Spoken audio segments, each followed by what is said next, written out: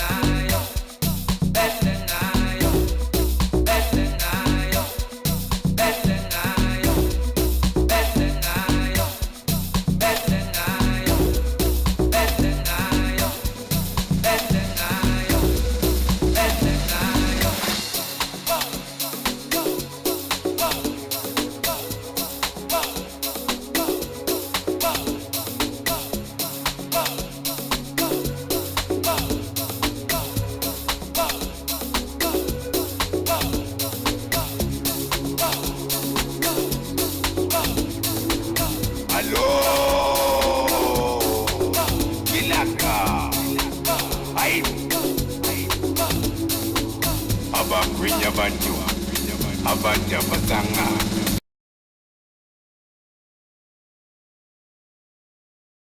amashanga azolanda ingane apha amashanga azolanda ingane abagwinya abantu abasanga abagwinya abantu abasanga apha amashanga azolanda ingane apha amashanga azolanda ingane abagwinya abantu.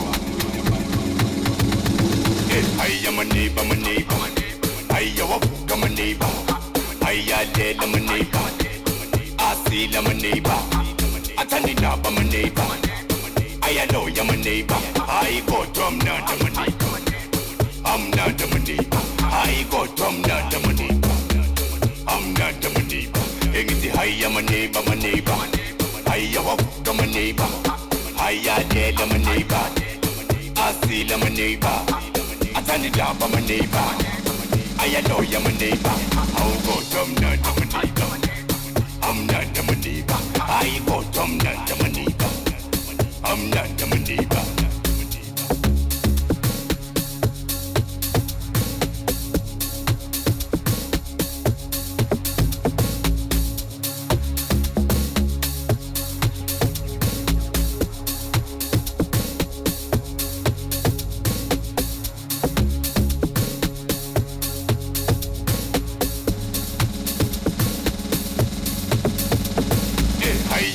My neighbor, hiya wabuka my neighbor, hiya lela my neighbor, asila my neighbor, atanilaba my neighbor, hiya loya my neighbor, I go to I'm not my neighbor, I'm not my neighbor, I go to I'm not my neighbor, I'm not my neighbor, engiti hiya my neighbor, hiya wabuka my neighbor, hiya lela my neighbor, asila my neighbor. I turn it up, I'm a neighbor. I know you're my neighbor. I'll go to I'm not my neighbor. I'm not my neighbor. I go to I'm not my neighbor. I'm not my neighbor.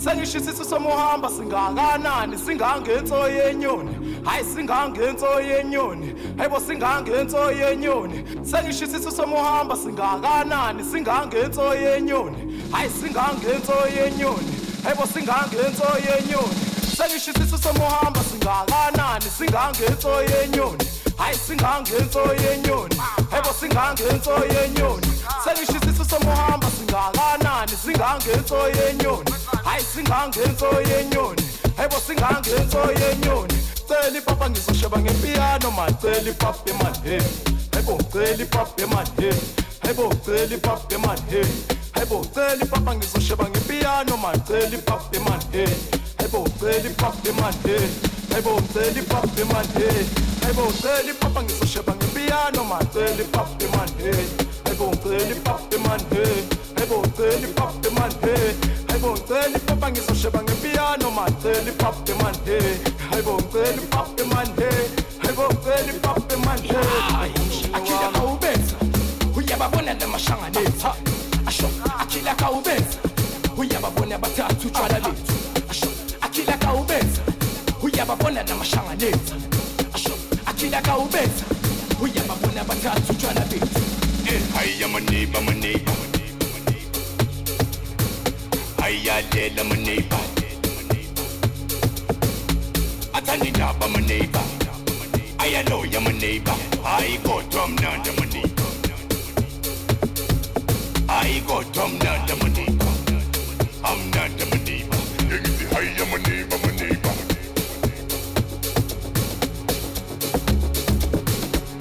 asila my neighbor, I know you're my neighbor.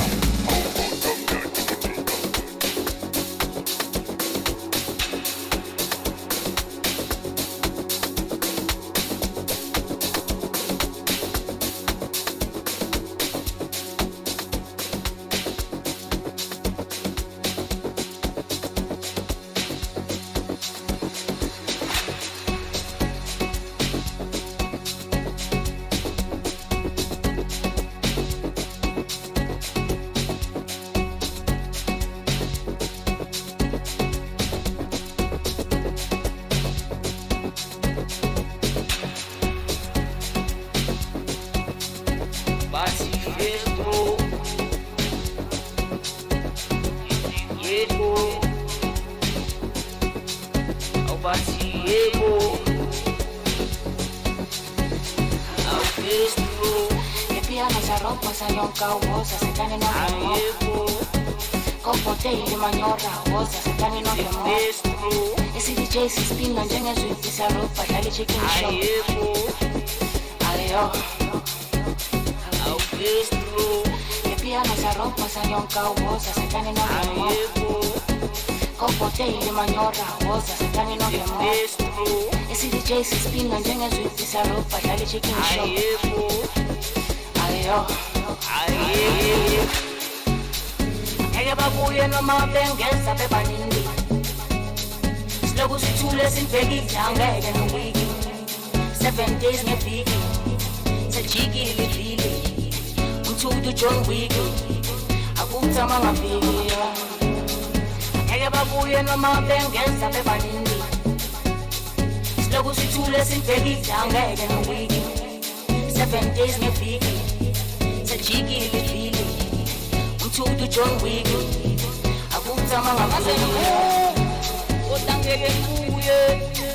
Ingaze ngibu. Kodangeke ngibuye. Ithini ingaze ngibu. Kodangeke ngibuye. Ngeke ngibuye mina. Ngeke ngibuye mina. Ingaze ngibu. Kodangeke ngibuye. Ingaze ngibu. Kodangeke ngibuye. Ithini ingaze ngibu. Kodangeke ngibuye. Ngeke ngibuye mina. Ngeke ngibuye mina. Shubele kubomvu for lentwana ingane. Banu malume amanje kulomani. Shubele kubomvu for lentwana ingane. Banu malume amanje kulomani. Shubele kubomvu for lentwana ingane. Banu malume amanje kulomani. Shubele kubomvu for lentwana ingane.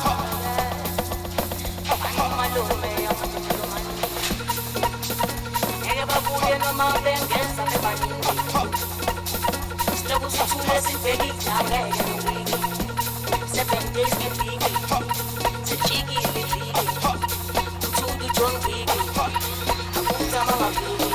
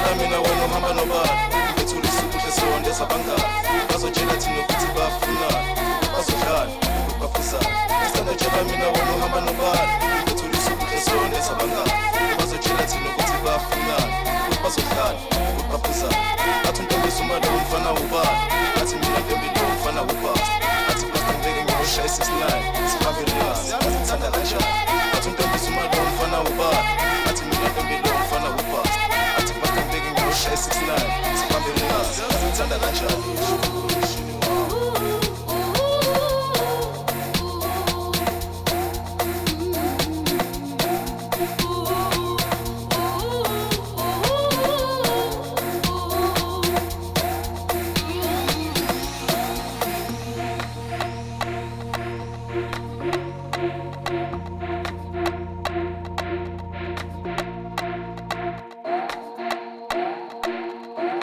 Harisimahlisa ekwasuka lo hayi entombazana ngakubona for the first time ewafende wangihlalisa asondela maybe engithi come closer entombazana sokubona for the second time ebambisa umahlisa entombazana ngakubona for the first time ewafende wangihlalisa asondela maybe engithi come closer entombazana sokubona for the second time ebambisa umahlisa engithi come closer hamba nobani hamba nobani hamba nobani ambeni upateni hamba nobani hamba nobani hamba nobani namhlanje tonight hamba nobani hamba nobani hamba nobani ambeni upateni hamba nobani hamba nobani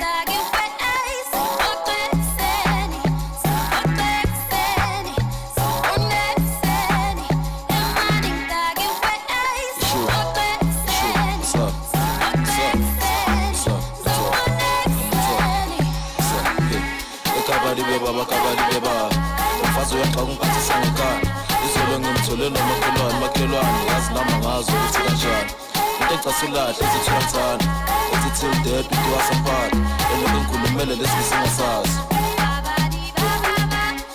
nalisinami mina ngisethe umngane ishinto isidle imali bese sidle umfazi yazi nami akusasi ngikwenze njani abasacabangile nalengane nalisinami mina ngisethe umngane ishinto isidle imali bese sidle umfazi yazi nami akusasi ngikwenze njani kodwa ngizombona kusiye umshini wami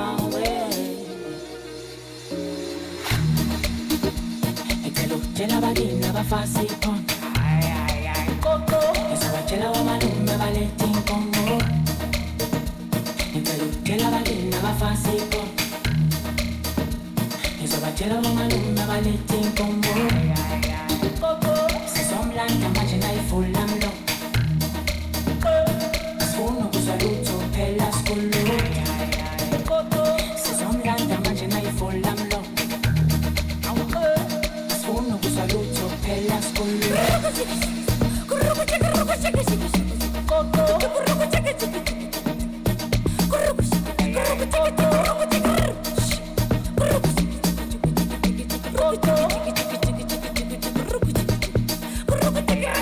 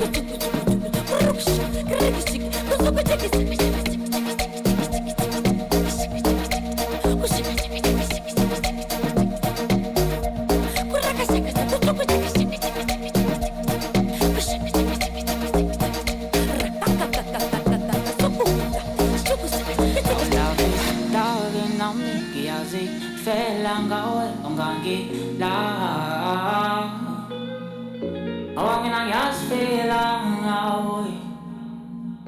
Wangina yasfela ngawe. Our love is darling nami kiasi fela ngawe ungangila.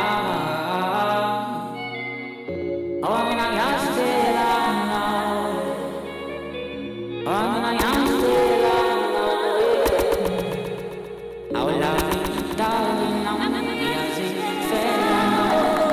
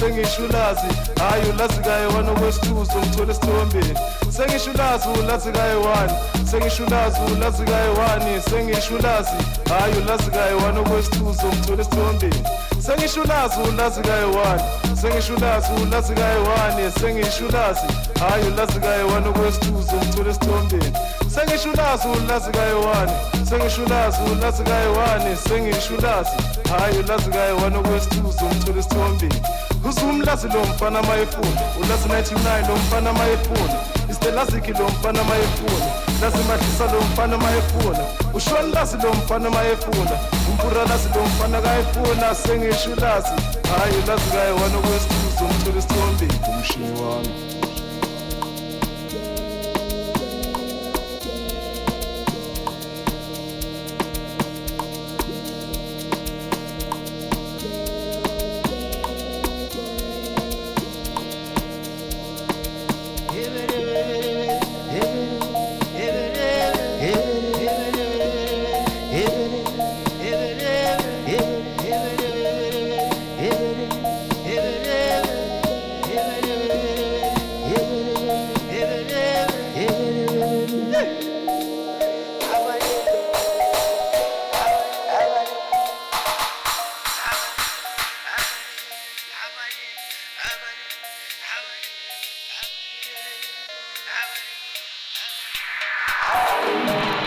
Hayi umfana kama Ulas mfana kama Domfana mfana kama Ulas mfana kama Hayi umfana kama Ulas mfana kama Domfana mfana kama Ulazi mfana kama hayi umfana kama Ulazi mfana kama lo mfana umfana kama lo Ulazi mfana kama hayi umfana kama Ulazi mfana kama lo mfana umfana kama lo Ulazi mfana kama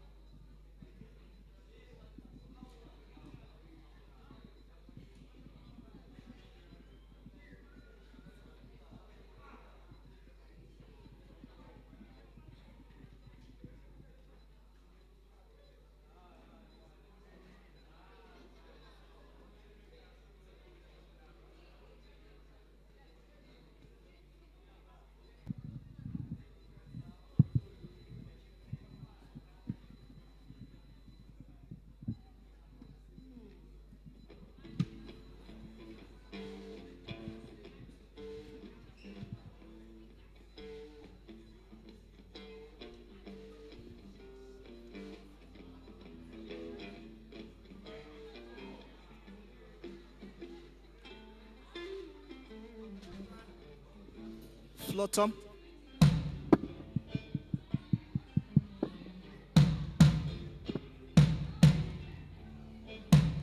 Can I get more? Can I get more? So you must give me level because of the position. It's quite.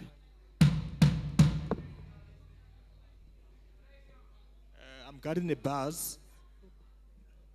Where is that coming from? I'm getting the bars. I don't know where it's coming from.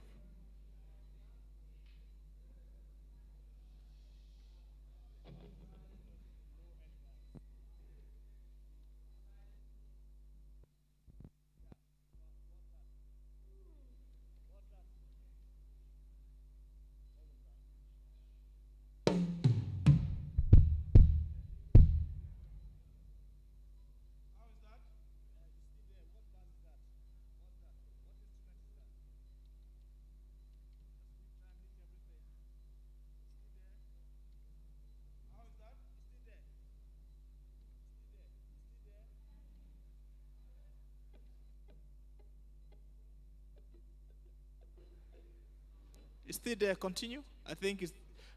I don't know what instrument is that. There's a bars underneath. Here we go. It's gone. What is that? It's back again. It's back again. It's back. Okay, no, it's fine. If it's going to cause problem, we just suffer through it.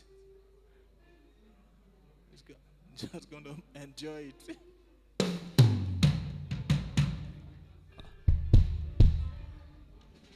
All right. Okay. Backtrack. Can you unmute backtrack?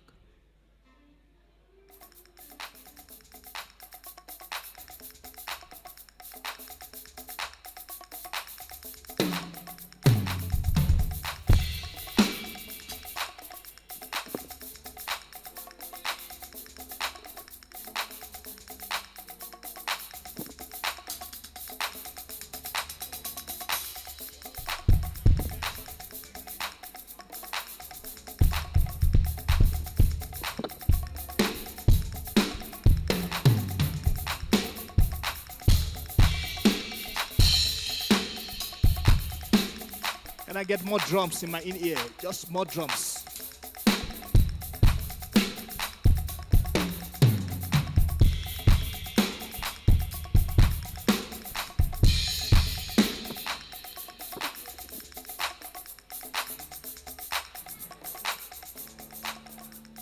All right. Okay, am I speaking from this mic?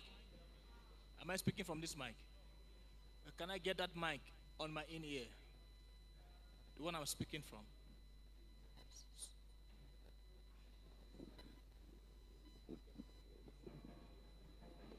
You can hear this one?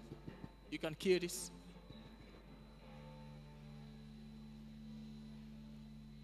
You can kill this one, huh?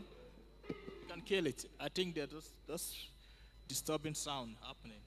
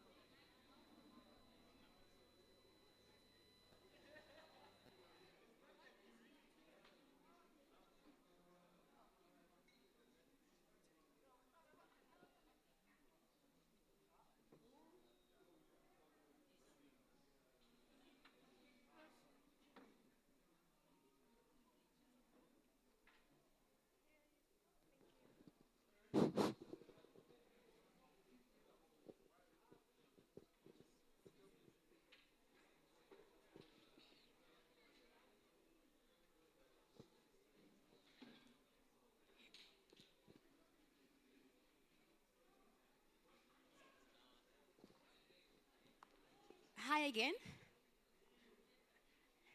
Are you guys fine? Like, legit, like, bathroom, apole, sweetinyana, everyone is fine, right? I can like a sound, Yamazimba, and Gibuamu, like popcorns, I'm most cinema guys. Yes.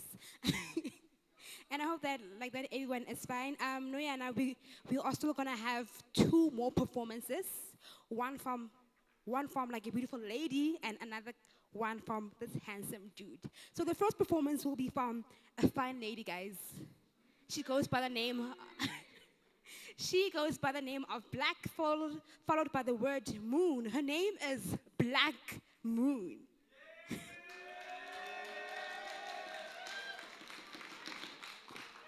Hi everyone. I'm so honored to be here in the presence of y'all guys, and I would like to thank RMA for this opportunity. Mr. DJ.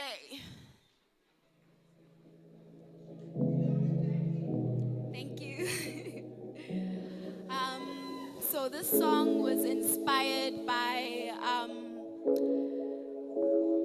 me feeling like I need to talk about the present, you know, that we've gone through so many trials and tribulations that now we need to shine. It's time for us to shine.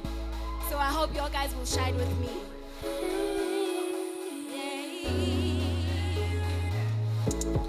Hey, look where we are. Oh, we've come so far. It's been a long way. I didn't think we'd come this far. Struggles and pain we've endured for a while now. Never thought we'd fade away into the inevitability. And here we are, brighter than we've ever been. We're bound to shine, we're bound.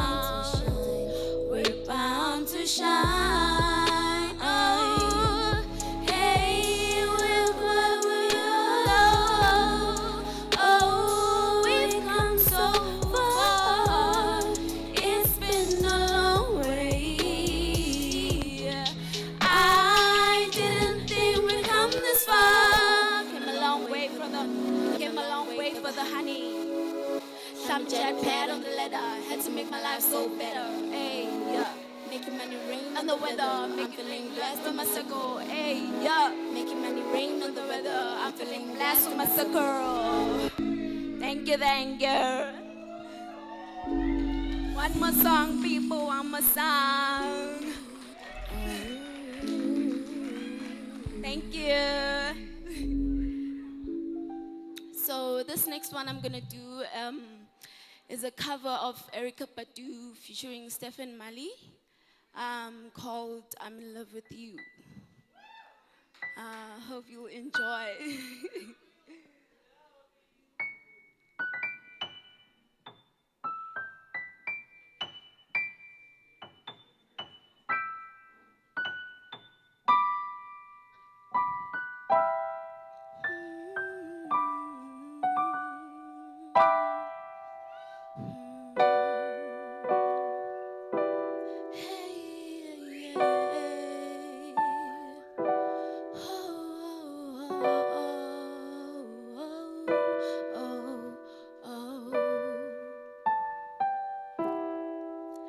I'm in love with you, in love with you, love with you, so in love with you. He said he really is digging me. I don't know what to say. I can't imagine why I feel so weak. Say that's when he took my heart in his hands and kissed it gently. He opened up his lips and said he's poetry. I'm in love with you, so in love with you. I'm in love with you. I am in love with you.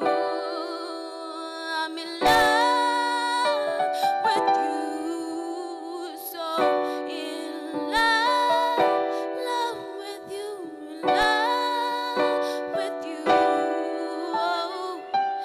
in love with you.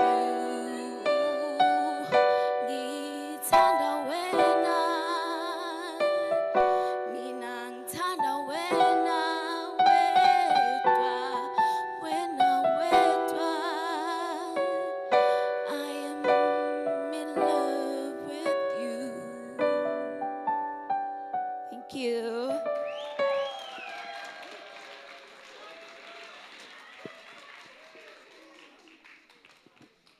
I love you too, honey. I love you too. Like low key. I love you more, honey. Guys, can you like just please give her another round of applause? That was amazing, guys. That was amazing. That was good. That was really awesome, guys. Like if only. Thank you. If only voice niliteng nikita mara ako cause voice kia shower. But then it's fine. Our next performer though is a guy by the name of Todd. I can see Todd Oteng at the moment. Todd!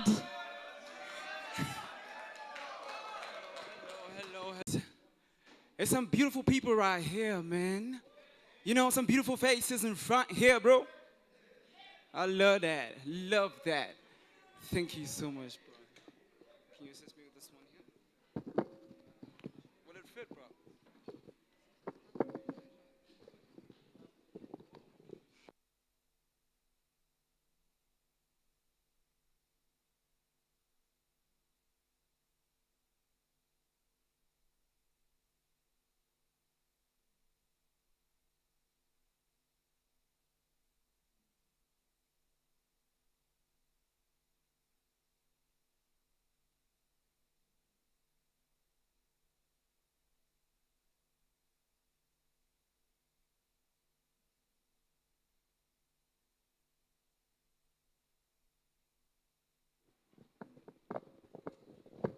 So how you guys doing?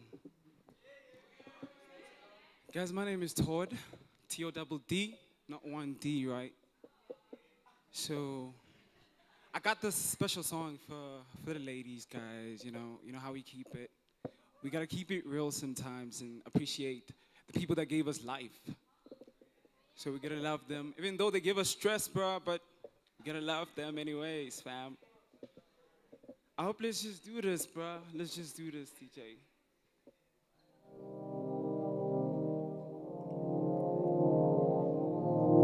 Hope you're ready, guys.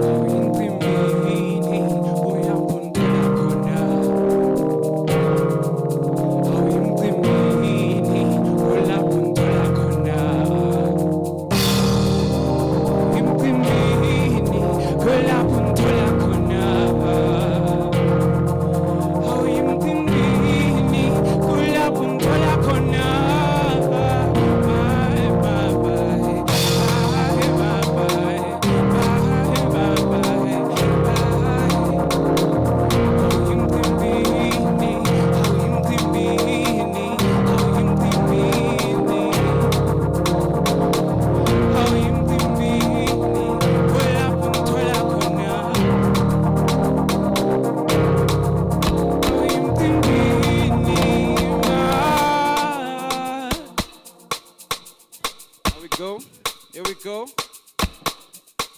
Are you ready? Yeah.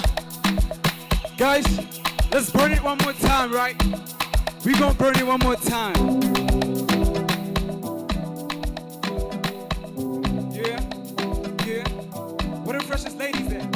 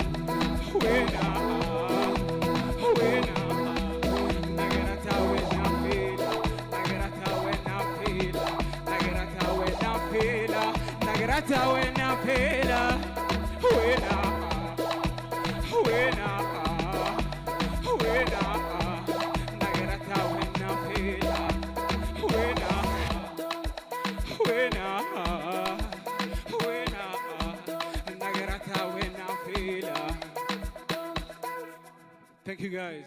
My name is Hod. Thank you. Awesome, thank you, sir. Oh, shout out to Mr. Todd, shout out to Miss Moon, Black Moon. I don't know applause for them, guys. Thank you. Awesome, awesome performances.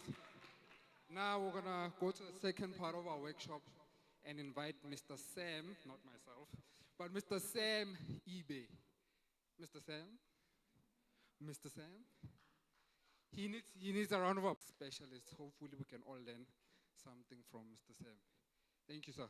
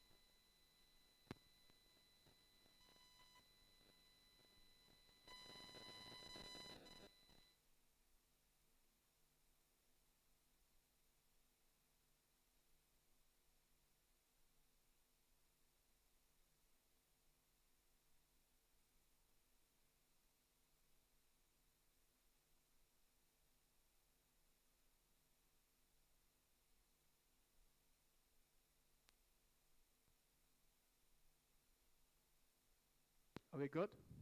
All right. Thank you. How are you guys doing? Hello, hello, hello. Cool. Excuse me, I'm just getting some technical issues here. Sort it out now. All right. Okay. Sorry about that. All right, my name is Sam. I'm just going to introduce myself briefly before we go into things we need to talk about the drum set. Okay. First of all, I want to ask, do anybody play drums here? One, two. Oh, okay. Just two. All right. Do anybody work here? Do you work? If you work, can I see your hands? Like you can work. You can work with your feet.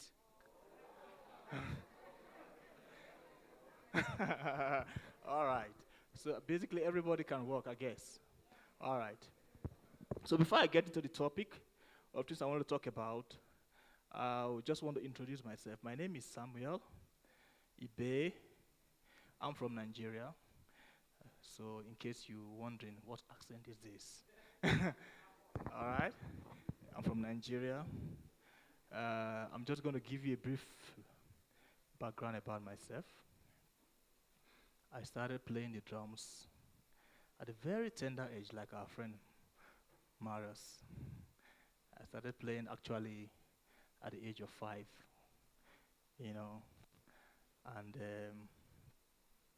fortunately for me, I was able to travel the world with drums. And God has been very gracious.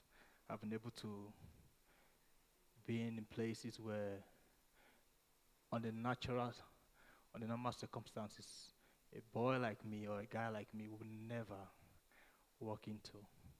You know, I've been opportunity to play for kings, for presidents, for queens, as the case may be. But oh, thank you.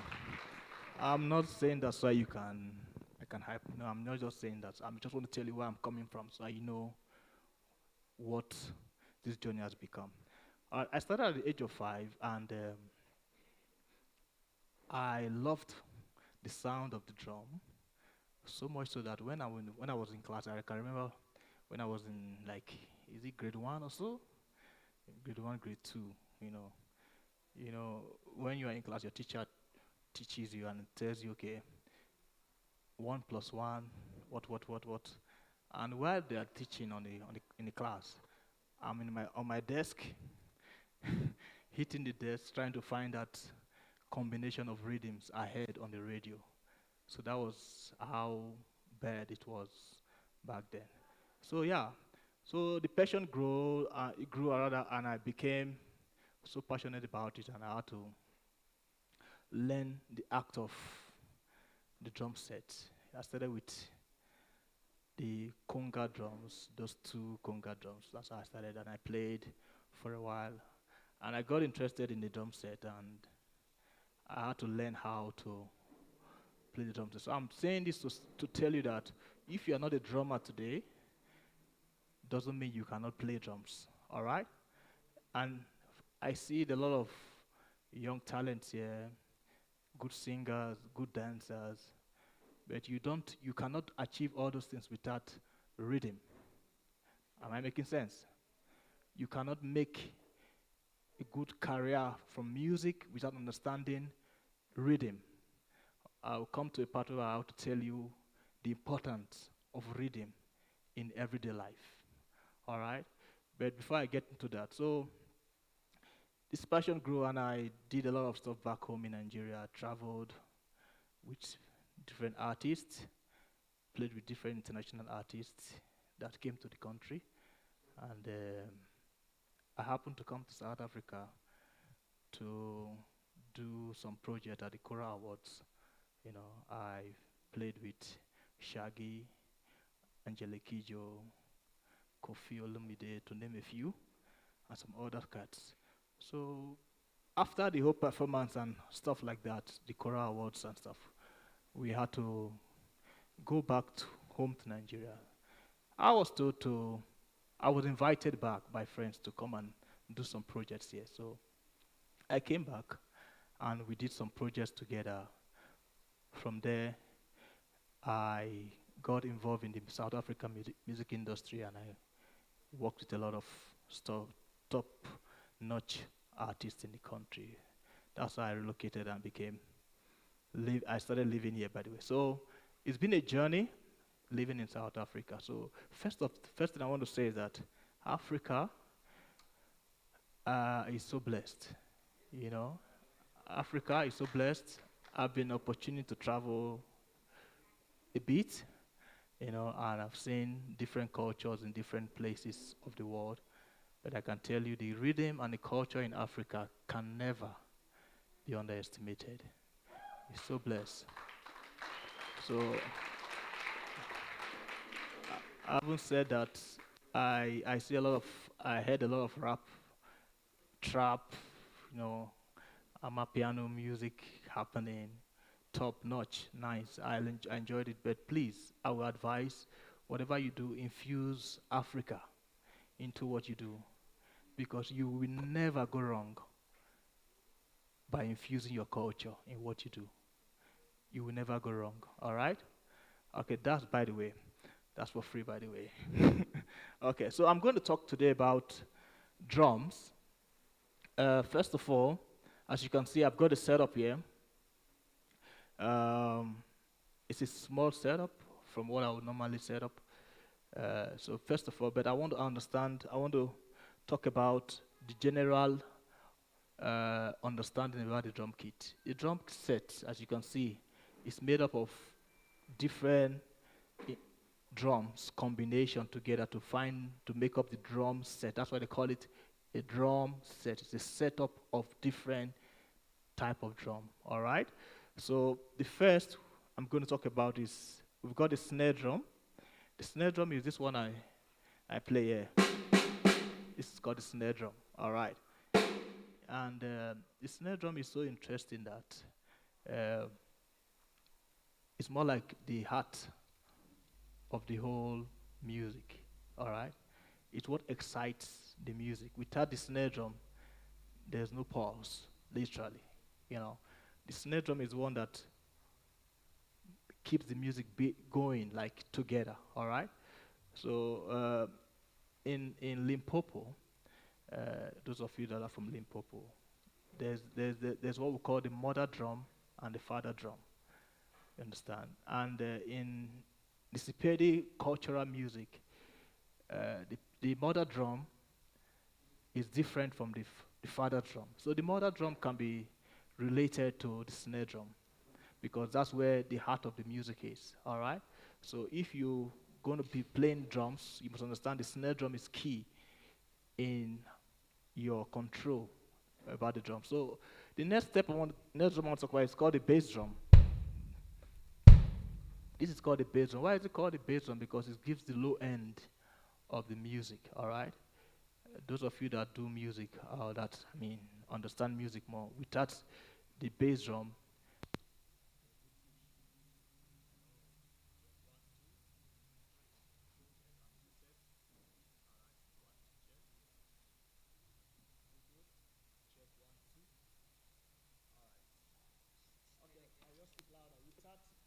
without the bass drum, there's no push, literally. All right, so the bass drum is good. It can be referred also to the father drum. The father drum that has the low end. Are we good? Can you hear me? Can you hear me, guys? Do I have to shout more? All right, just 1 second. Let me sort it out.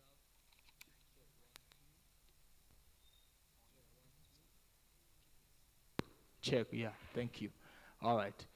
I was saying before the microphone went up that the bass drum can be related to the father drum. The father drum in the Limpopo tradition can be related to the bass drum because it gives the low end of the kick, of the music. It gives it the drive, you understand? So this is like the drive. Without this, there's no push, you know. It pushes you to, like, you know, those of you that do the DJ stuff, when you take out the bass drum, you know, it's like the music is empty. But when it comes out, it's like, okay, it's a hamba, let's go. You know what I mean? You know, that's how it is. It gives you that push. So the bass drum is key in the setup of this time. So basically, we have the toms. I'm also going to refer it to the Limpopo culture. We call it the children. These are more like the children in the setup. These are the ones that carries the, what's the word now?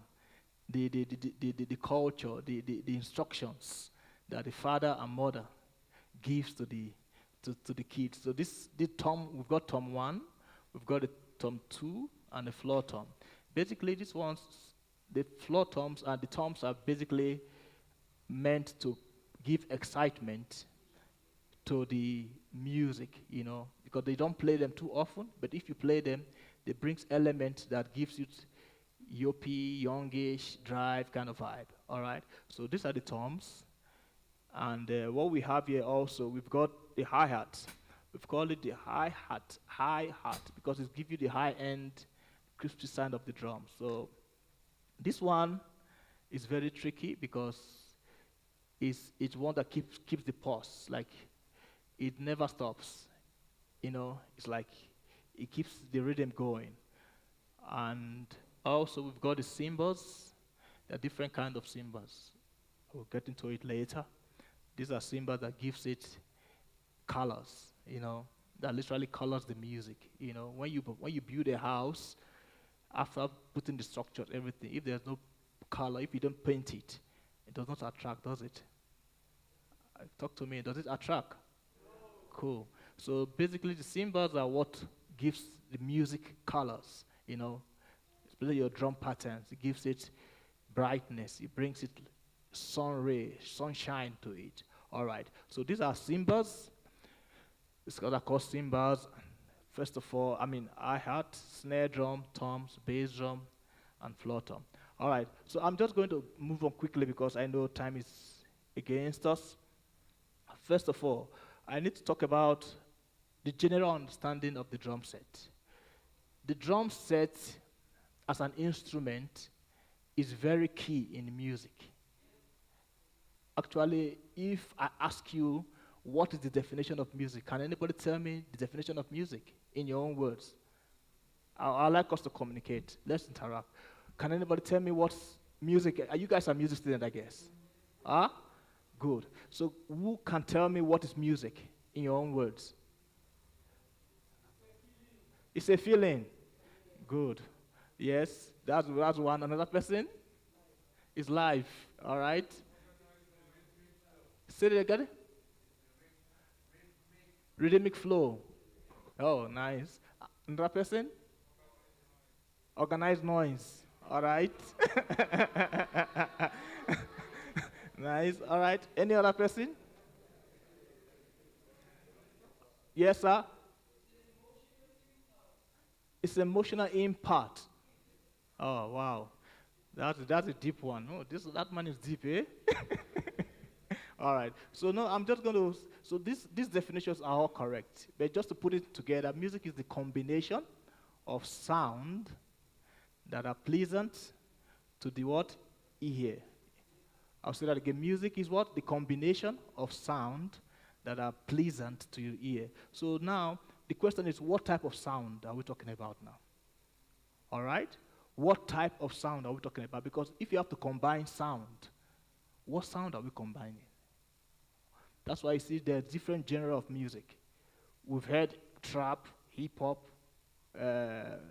amapiano, singing, ballads today. Those are different kind of sound, understand? And they're all what? Pleasing to the ear, depending on what your preference is.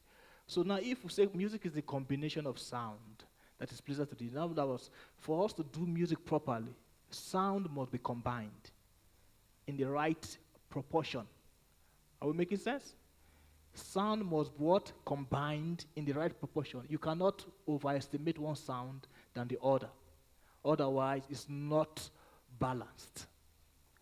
So a balanced sound that makes music must be combined in such a way that it must be proportionally equal to meet the required goal. Am I making sense? Talk to me. I need to know if I'm making sense. Am I making sense? So this is not like only me will be talking. I want us to we need to interact. So right. So music, that's one definition. So now if we take it to the next level, music is broken down into 3 different parts. We have the melody which our brother Marius was teaching earlier on from the guitar. The guitar plays the what? Melodic instrument. The keyboard plays melodic instrument. Even singers, you sing with the melodic part of music. So there's a melodic part of music. There's what we call the rhythmic part of music. All right? There's a melodic, rhythmic, and what? A performance. All right. So there are different parts of music. So now, I'm not going to be talking about the melodic part today because we don't have time and they've talked a bit about it. I'm just going to focus briefly about the rhythmic part of music. So rhythm is very, very, very, like I said, they are very, very key in the achievement of music. So now if you divide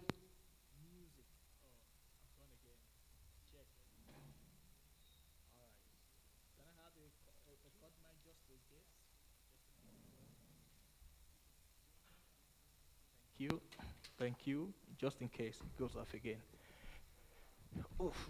Thank you. Cool. All right.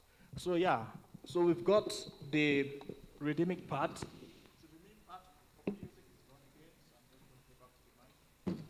All right. So the rhythmic part of the music is very key because if you divide music into 3 parts, the melodic, the rhythmic, and the performance orchestration, we call it orchestration of music. The 50% of music consists of rhythm. Are we together? 50% of music has to do with rhythm. Now, if you sing a melody, can you sing a melody without a rhythm? Can you sing a melody without a rhythm? Can you play harmony without a rhythm? Can you perform without rhythm? You see, so the performance part and the melodic and the harmonic part has to do with, is interwoven with rhythm. So your rhythm, your understanding of rhythm is very key how much music or how better a music you can produce or you can make. All right?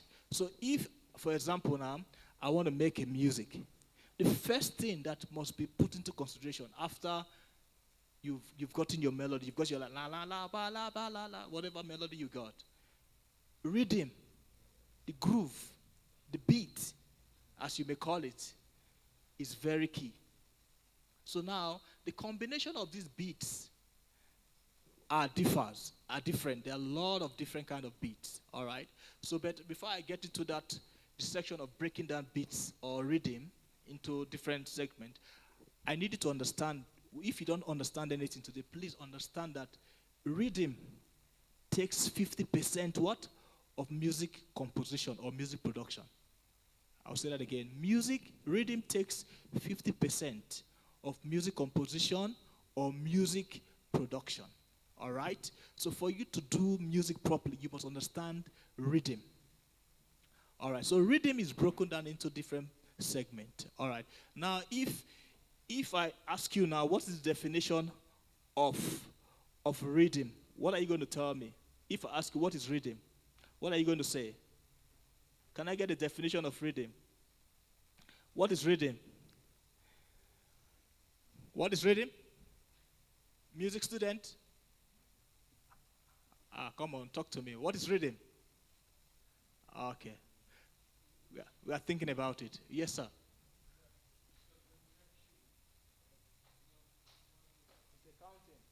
All right. Fine. That's one of it. Did I see a hand there? Yes, sir. Metronome. Metronome is a tool that is used to keep time. All right? You are not far from it. Yes, sir? Say that again. A sequence. Yes. All right. So just to go forward, rhythm is the element of time. What the element of time in music? Rhythm is the element. What is element? Elements are the spices. All right. Spices. That in other words, things that you put required in time in music. So, for example, if I have to make a good music, my rhythm control, my rhythm understanding will determine how good that music is going to come out. Does it make sense? My understanding of rhythm and how I put my rhythms together, the combination of my rhythm will determine if you hear the music you want to dance or you want to say, what is this? You know what I mean? So your understanding of rhythm is very key in production and making of music. So now let's take it a step further. If rhythm is the element of time in music, all right, what are the elements that makes rhythm worth it? Am I making sense? What are the elements that makes this rhythm that we use in timing to get our music done? So now I'm going to break it down into different parts. There's what we call whole note, all right?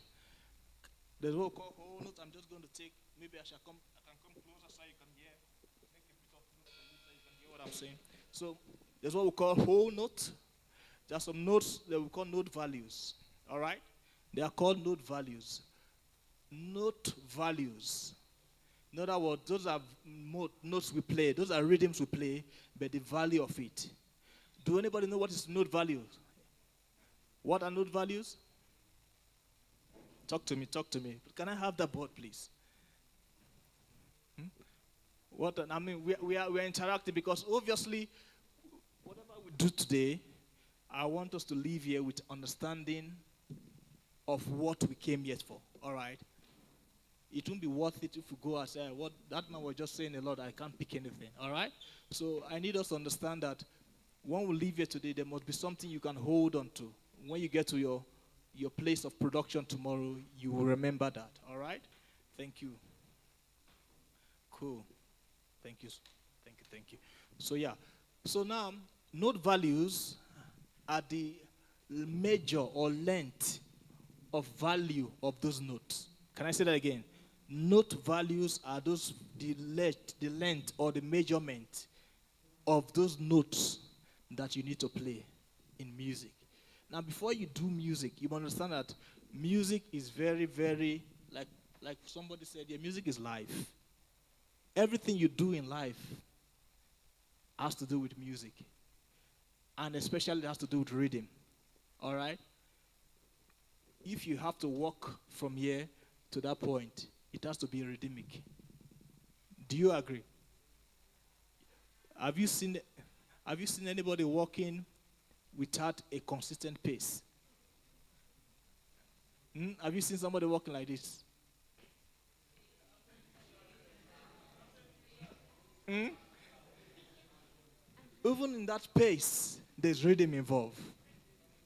All right? If I have to walk like this, there's rhythm involved. All right? Whatever I walk, whatever I do, rhythm is involved. So you must understand that as you walk, like for me, every day of my life is rhythm. Even when I'm walking, I'm driving, I'm doing stuff, I hear rhythm in my head because I understand how rhythm works. All right? So now I'm just going to break down a few examples or give you a quick idea how this thing we call note values. First of all, there's what we call what? What is this? Good. So we have students here. That's it. So this is whole note. It's called the what? Whole note. Whole note or what? Semi-brave. Yeah. There are people here, eh?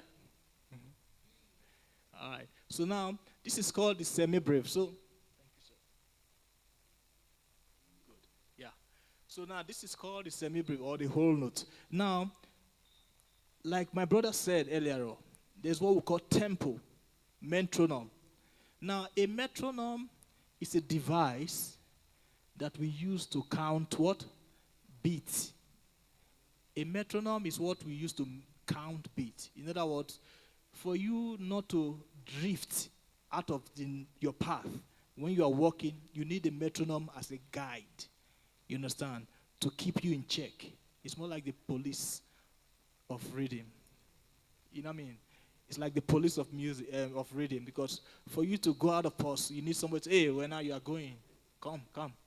That's why when you are playing, if you notice when you are doing music with your friends, some of them can't keep time. They seem to go faster. You know? They want to rush the music. But with the metronome, it keeps you in check. It tells you, no, when you are going, come back. Rosala, you are going too far. Don't move too fast. All right? So it keeps us in check. So a metronome is what keeps us in check. It's a device that keeps time. Now, a metronome devises music in different pauses, different paces. So now, if we have to go into metronome, which I will do later, I will show you what I mean. It has different speeds. All right. So now, for a whole note, if we have to count, for example, let's take 1, 2, 3, 4. 1, 2, 3, 4. That count on its own is a pace on its own. Do we agree? All right. I want us to, please, don't get bored. Am I boring? I don't want to be bored. All right. All right. So please. So now, if we have 1, 2, 3, 4.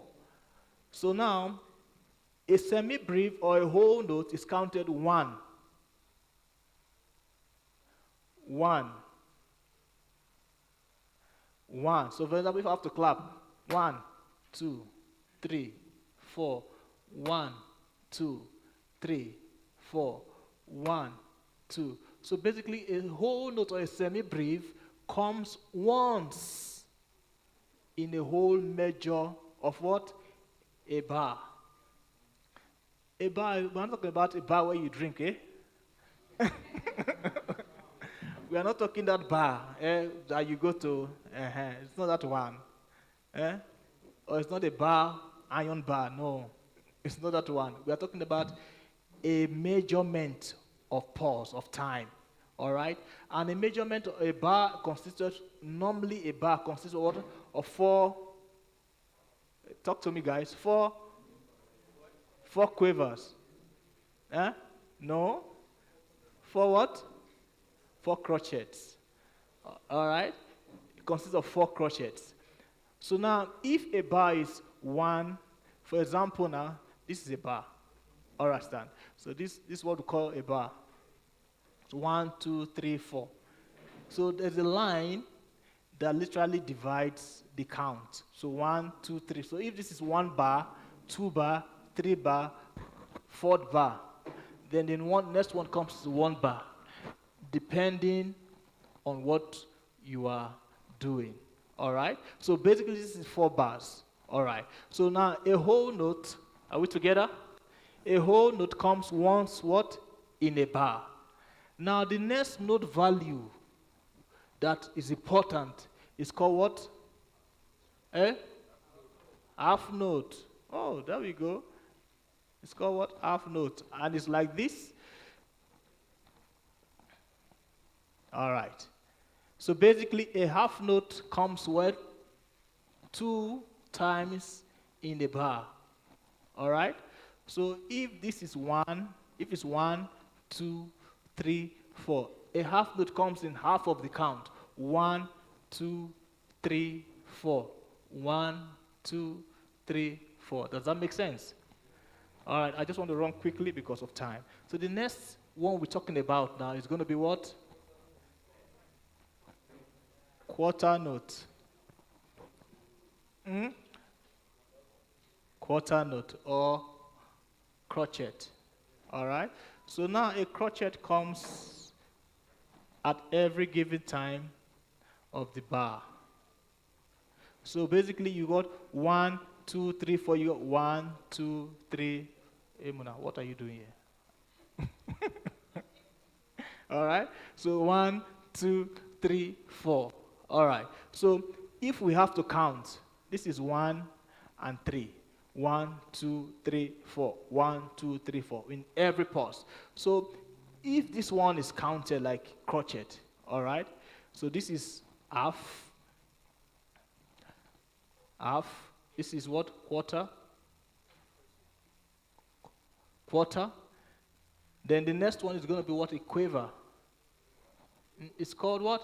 A quaver or eighth note. You notice from 1 we go to 2. From 2 we went to 4. We didn't go to 3. Why?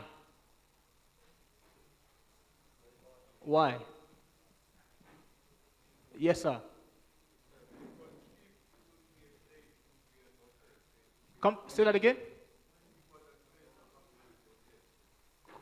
Okay. Check. Yeah, cool. So a 3 is a what? It's a. I didn't get it. Say that again. I have no dotted. Okay, you are going deeper. Okay, let's come back home. When we talk about dot in music, it gives us a different thing entirely. We'll come back to that. So now, if you notice, 1 plus 1 is 2. So 2 plus 2, what? Is 4. Now 4 plus 4 is 8. So basically, you are doubling the value of that note that you counted first. Don't forget we counted 1 first, and we went to 2. So we double 2, it gives us 4. 4 plus 4 gives us 8. So in other words, our next one is going to be here.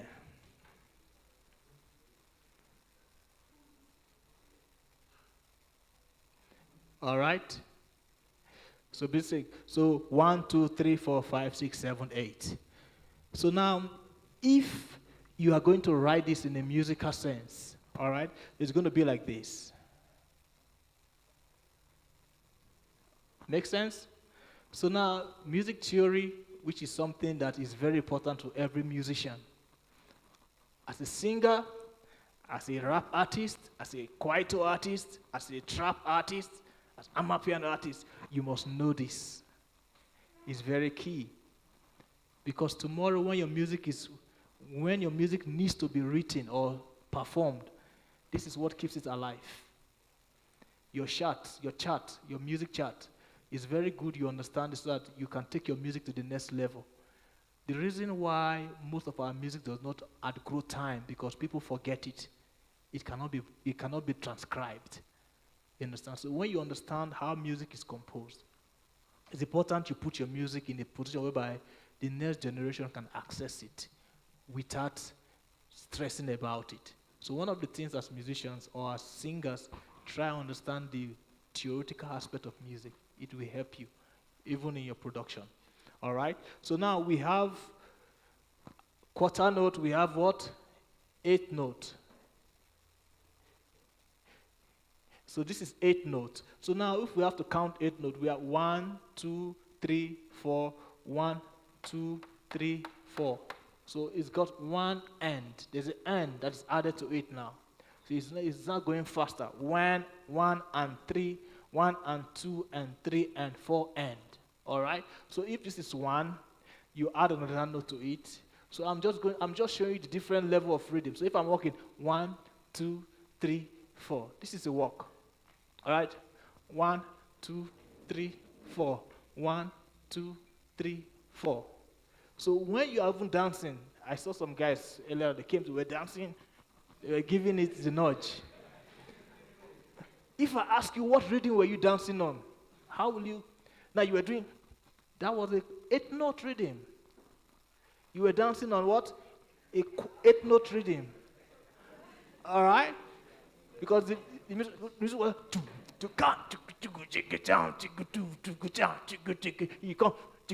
you were shaking your shoulder. Now the shoulder you were shaking it on 8-note rhythm. You were shaking it on a what? 8-note value. So you see why I'm trying to break it down so you can understand the different elements of what we do in music. Now I saw the other guy that performed earlier on. He came, was the first guy. He was jumping with no time, but little did he know that he was jumping on the cross rhythm. He was jumping on the cross rhythm. If they play back the video for you, you'll see that he was jumping on the cross rhythm, which we'll come into later. All right, so moving on quickly. The next note value is what's called what? 16. And if it's called 16 beats, it's going to be like this. All right? 2, 3, 4. 1, 2, 3, 4. 1, 2, 3, 4. So basically, it's like this. Now, when it's written, in music, it's written like this.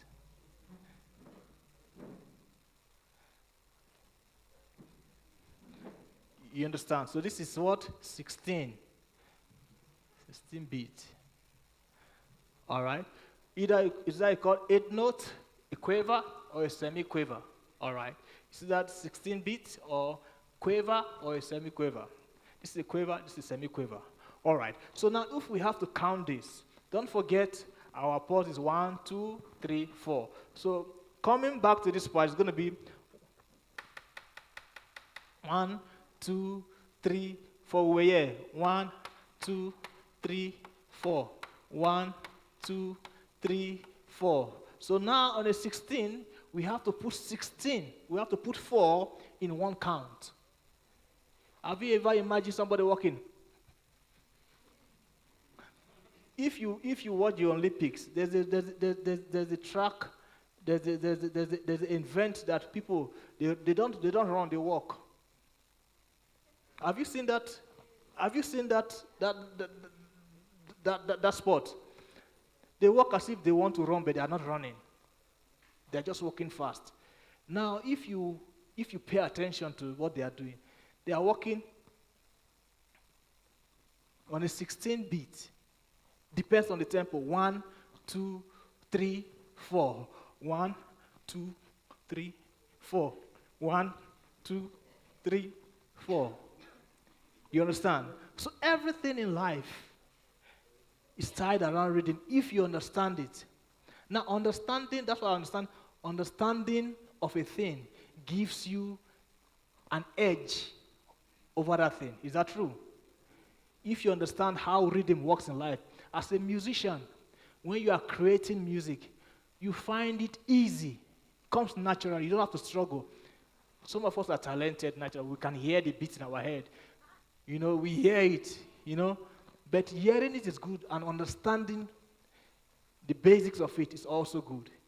It gives you extra confidence. So now, if we have to count this, it's going to be 1, 2, 3, 4. 1, 2, 4. 1, 2, 3, 4. 1, 2, 3, 4. All right. So basically, we are trying to infuse 16 notes in a space of 4 count. All right?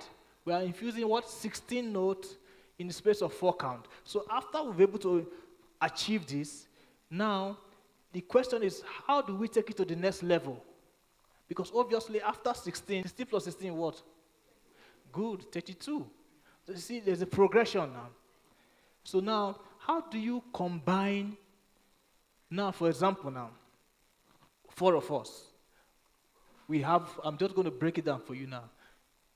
We have 1 bowl of food to eat. 4 of us, 4 people, 4 hefty men. You know men eat, eh? We have 4 plates, 4 of us, we need to eat 1 plate of food. Now, we said, okay, now it's fine. You eat. We give it to 1 person. Now, we move it to the next place. They now give us 2 people, 2 plates. All right? 2 plates of food for what? For 4 of us. It's getting much now, all right? So we take it to the next level. Now, even the 4 of us now, we have our own plate. We are eating on our own without stress. It's enough, actually. Now, they say, no, you are too good. When you know too much, I'm giving you 8 for the 4 of you. Everybody's got 2. All right? So now you are feeding yourself. You are having more than enough. They give you, after that, say, no, you did very well. No, let's give you 16. So you, instead of having 2, you now have 4 for yourself. Some takeaway. All right? So that's how we come into the 16 beat. Now we take it to what the next level, which is 32. Now they say, no, I see you are a very good custodian of food. I'm going to give you 8 plates for yourself. One man. You understand? So now the rhythm has become what? Complex. In other words, your food has become what? Too much. How do you eat 8 plates yourself? How? But you can. You eat. So how do you eat a plate by yourself? So now that is the trick about it. So the ability for you to eat or combine all those rhythm in 8 rhythm in 1 count, that makes you a genius. All right? So now let's see if we can combine it. So now we have here 1, 2, 3, 4, 5, 6, 7, 8. 1, 2, 3, 4, 5, 6, 7, 8. 1, 2, 3, 4, 5, 6, 7, 8. 1, 2, 3, 4, 5, 6, 7, 8. Now, if we have to write this like this, it's going to be in the form of like. I'm trying to make it as easy as possible, because this is because of space and time. I'm just going to keep it quick. All right. So now it's going to be like this. 1, 2, 3, 4, 5, 6, 7, 8. 1, 2, 3, 4, 5, 6, 7, 8. 1, 2, 3, 4, 5, 6, 7, 8. 1, 2, 3, 4, 5, 6, 7, 8. Am I right? 1, 2, 3, 4, 5, 6, 7, 8. Sorry. Okay. So basically we have a 32.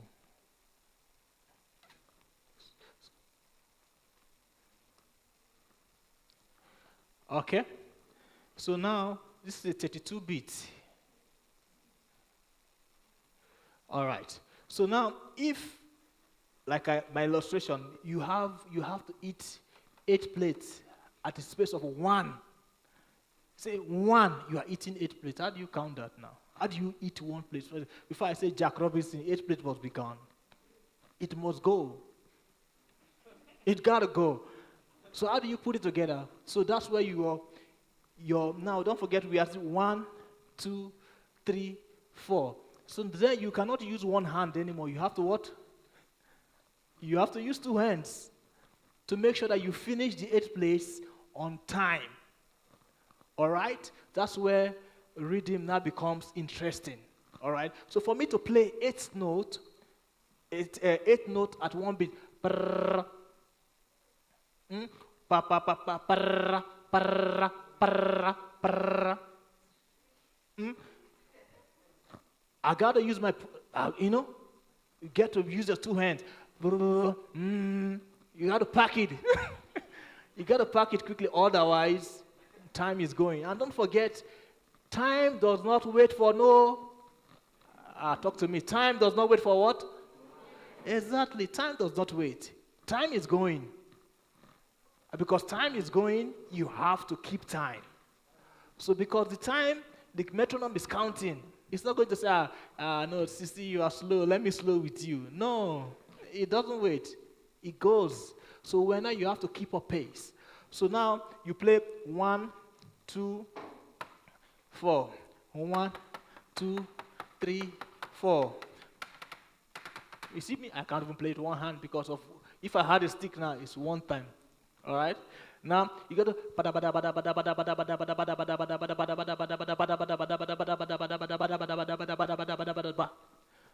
All right? So that's how it goes. So the more you need to play, the faster you need to go.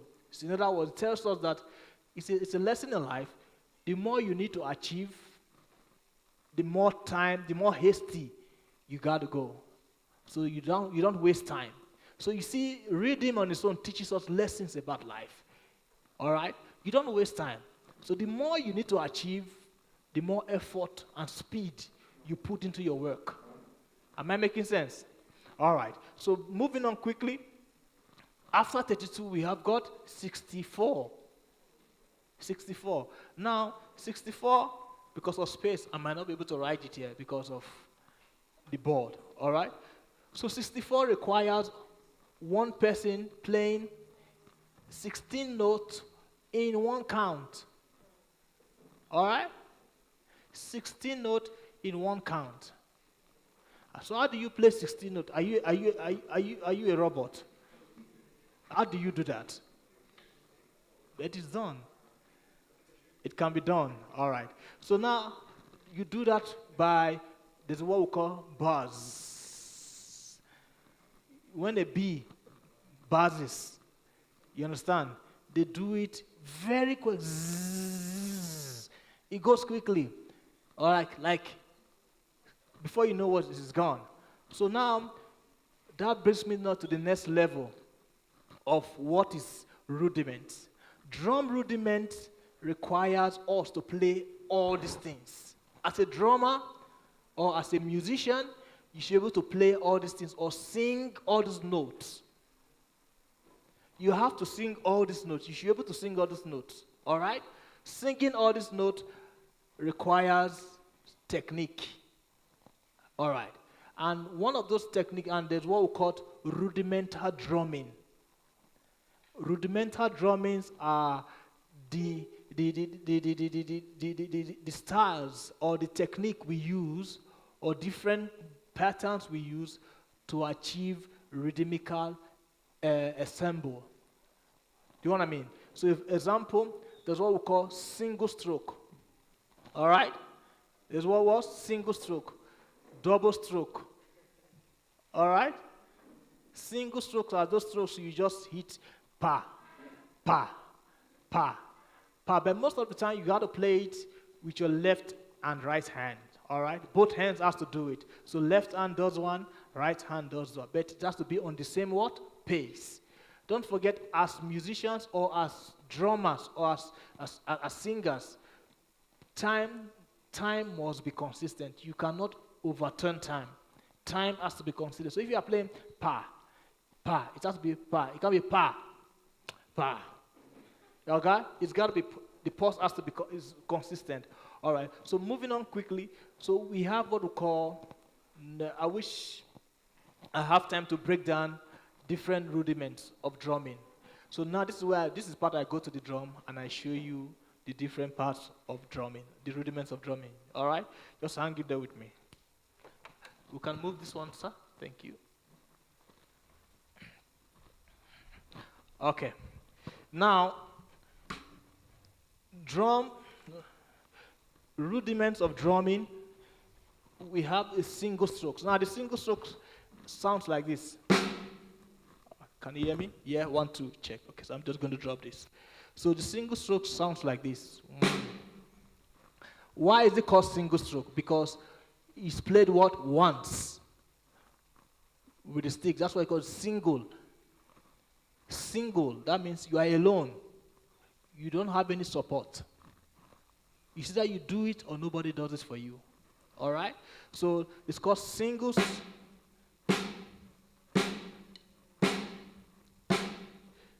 You see, I'm playing it in a particular way so that I can achieve a pace. All right. So now, after single stroke, there's what we call double strokes. There are lots of drum rudiments we can talk about. Lots of drum rudiments we can talk about. You know, the drum rudiment consists of over 40 rudiments. All right? Drum rudiments consist what? Over 40. And it goes back as far back as the 13th century, by the way. All right? From the Swiss, they are the one that originated these drum rudiments in their military approach. That's where it started from. So now, a drum rudiment are those elements that we play that gives the drum different sound and different technique on how we are combine rhythm together. First of all, there's a single note, single stroke double stroke. Double stroke, you play, both hands plays double. My left hand plays double, my right hand plays double. All right? So, gives us a double stroke. All right? So, triple stroke. What's a triple stroke? It has a 3. So now, it brings us back to what we were studying at. So, it's getting pacier, it's getting more. Excuse me. So, if you have to play 3,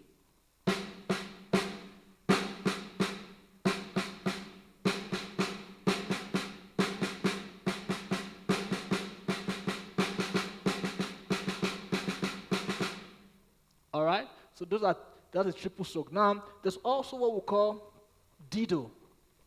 Not that dido. All right?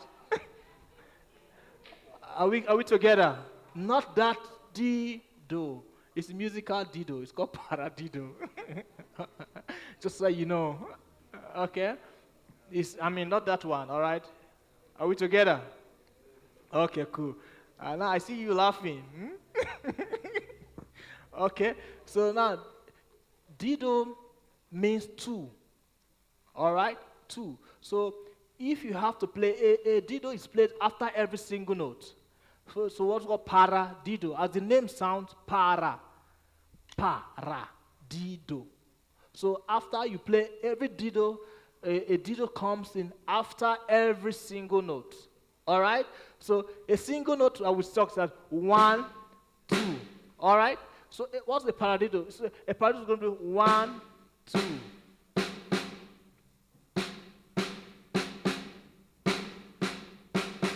All right? So every single note, after each single note, 1, 2, double. 1, 2, double.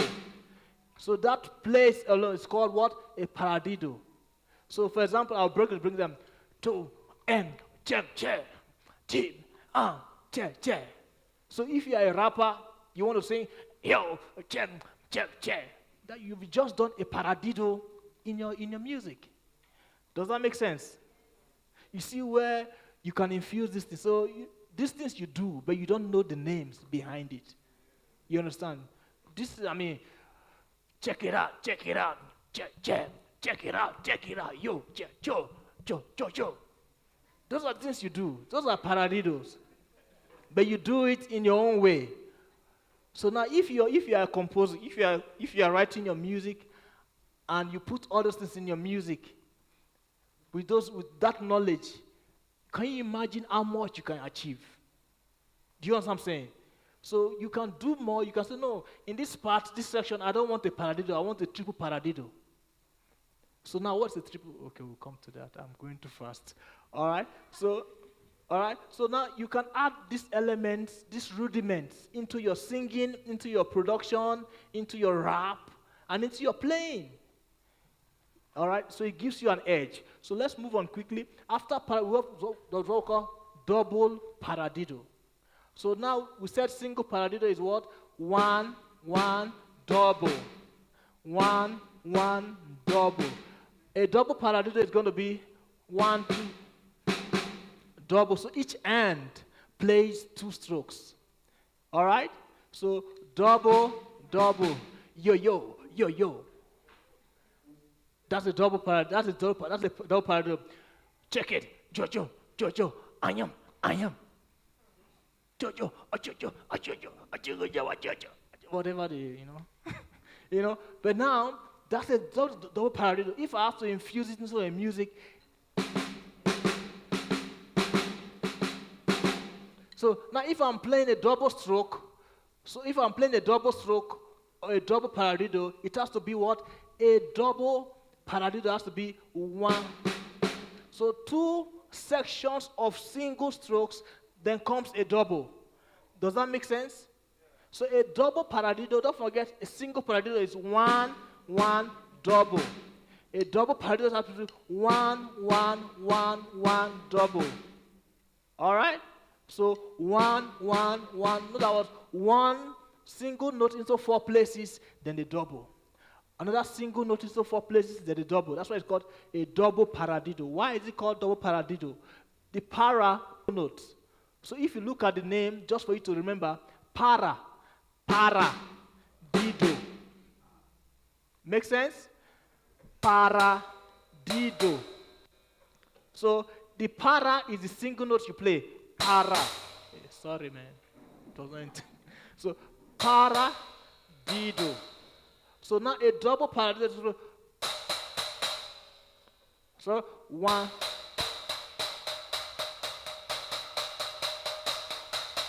So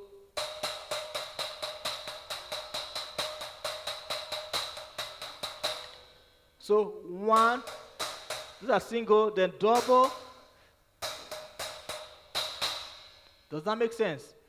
So, for example, now I'll bring it to your everyday stuff. So, for example, I want to sing a song now. I'm not a good singer, by the way, so don't don't hold me to account. So, if I want to say, everybody here is dope. All right. Everybody here is dope. Now, everybody here is dope. It's sung like everybody here. All right? Everybody. Everybody. That is what? Para. Double para already. Everybody. Okay? So, everybody dope. Everybody dopey. All right? Everybody dopey. Everybody dopey. Everybody dopey. Does that make sense? So everything you say or sing has to do with rhythm. So now the question is, what rhythmical element, what rhythm are you applying into your singing?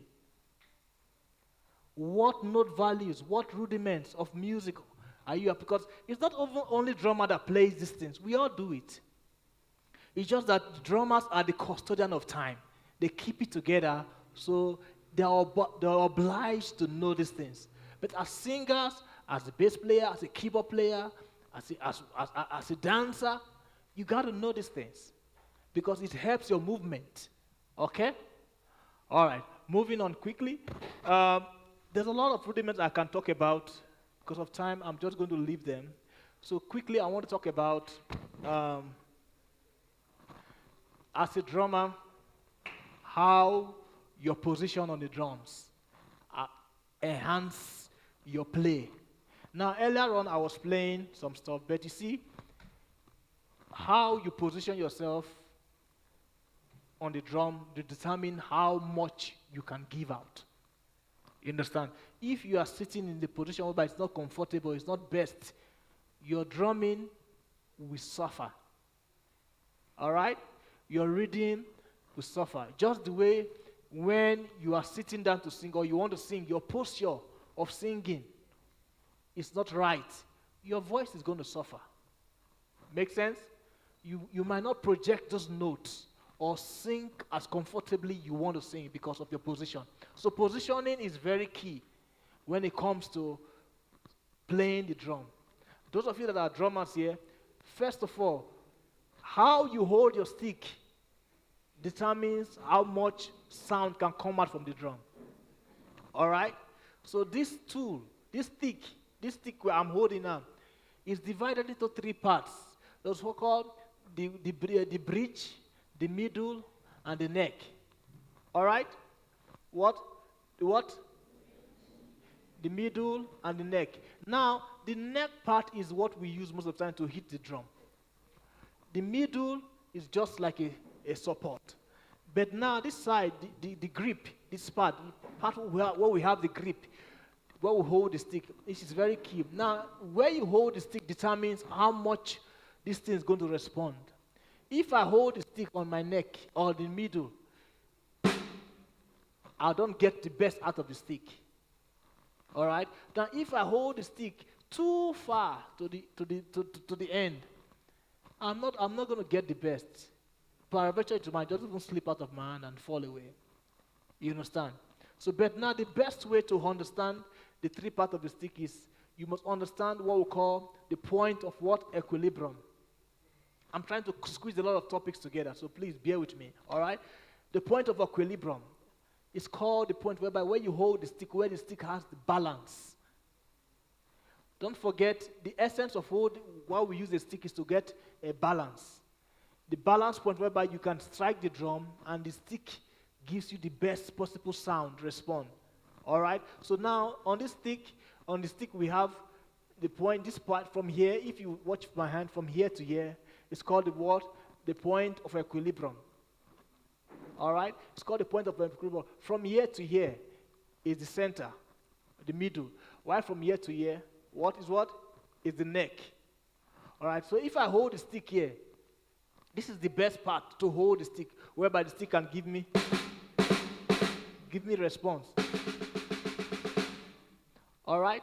Now, after that, there's what we call type of grip or strokes. Now, there are different kinds of strokes. As a drummer, I'm bringing it home now. As a drummer, there's different type of strokes. They will call what we call the finger stroke, the finger strokes, the arm stroke, and the hand stroke. Now, finger strokes are the strokes you use with your fingers. When you hold the sticks can move on its own with the fingers. The fingers, don't forget this place where you hold the stick is called what? Point of equilibrium, and that's where you grip the stick with what? Your thumb and your forefinger. All right? This is where you hold the stick, and the stick is held such a way that, please tell me when my time is up, ne? When you hold the stick gives the point of this grip point, whereby the stick does not move, so it doesn't fall, all right? When it doesn't fall, how many minutes do I have, sir? 5 minutes. Oh, Jesus. Help me. All right. Cool. It's fine. I'll wrap up. The point where I'm holding the stick is what they call the point of equilibrium. So I hold the stick such a way, and I hold the stick with my thumb and my forefinger, and these 3 other fingers hold the stick together. So it's held what? Like this. Now, if I have to play with my fingers, these 3 fingers that are not holding the stick, they are the one that pushes the stick. You understand? When they push the sticks, and this is what called finger stroke. Those of you that like using your fingers, please try it. Try the finger stroke.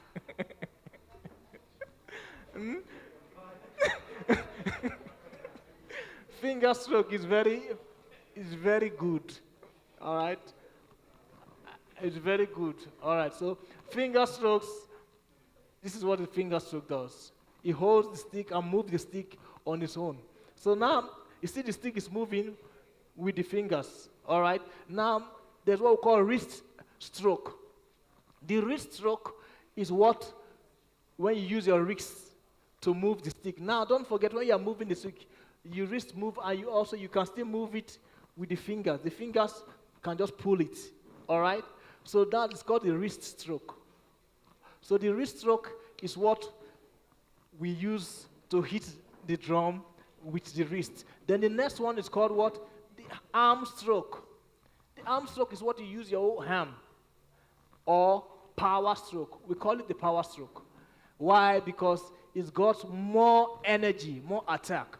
So I'm just going to give you a quick example of this one quickly. Then if I have 1 or 2 questions, I can just round up, all right? So now, I'm going to play the single stroke, the wrist stroke, the finger stroke.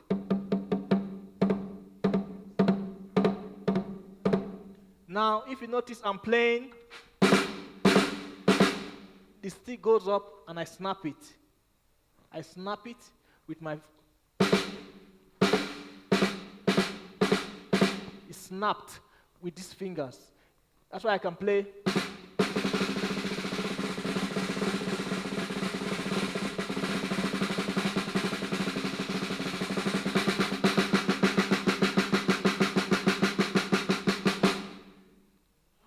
I'm not even moving my arms. My body is not moving, but the fingers, I can have a conversation from now to tomorrow, but it's just moving, because I can't even go on talking, because this is just moving, all right? Now the next one is what? The wrist stroke. The wrist stroke is where I use the wrist to move the stick.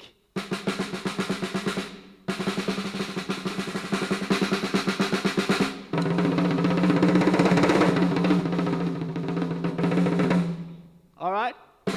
You can move quicker note because you are using your wrist. Don't forget you can also with the fingers as well. All right? So now the next stroke is called the power stroke, which was you use your arm. Literally your arm move. All right? So now this is a wrist this is a finger stroke. Wrist power. You see the difference? The difference of energy, you exert more energy when you are using the power stroke, your arm. So if I strike the drum like this, that's the arm because the arm is moving. Now I play. Do you hear the difference? Now which one would you prefer? Finger, ne? You see, I said finger. The finger. Yeah, so as a drummer, you should be able to master the finger stroke. The finger stroke is very key because that is where your technique is being harnessed. That's where you harness all the technique to do the most out of your drum. So fingers are key. How to use your fingers? No, you don't go wrong with that. Fingers are key. All right? Fingers are very important. Wrist is important, but as a drummer, please, you must master the three. If I had time, I would have broken it into deeper elements, but it's fine, we'll keep it there. So last thing before I close, unfortunately, of time, I'm going to talk about the sound from the drum. Please give me 2-3 minutes, sir. All right? How do you create sound from the drum? Tuning the drum is very key. Like Marius was saying earlier on, before you play any instrument, you must check the sound, the tone of the instrument. Drums has a tone. It's got a sound that you must achieve. A drum that is not tuned does not give you the best. I'll give you an example. I'm going to distune this sound and tell me if I play this sound now in your project, in your rap music, in your production, if you are going to call me back to play again. Does that sound pleasant to your ear? What's our definition of music? Our definition of music is what? Combination of sound that are pleasant to the ear. Now, does it sound pleasing? It doesn't sound pleasing. It sounds dead, like a dead wood. All right? So now, how do you get a tone how do you tune a drum? It's what you get here. That's what goes into the mixer. All right?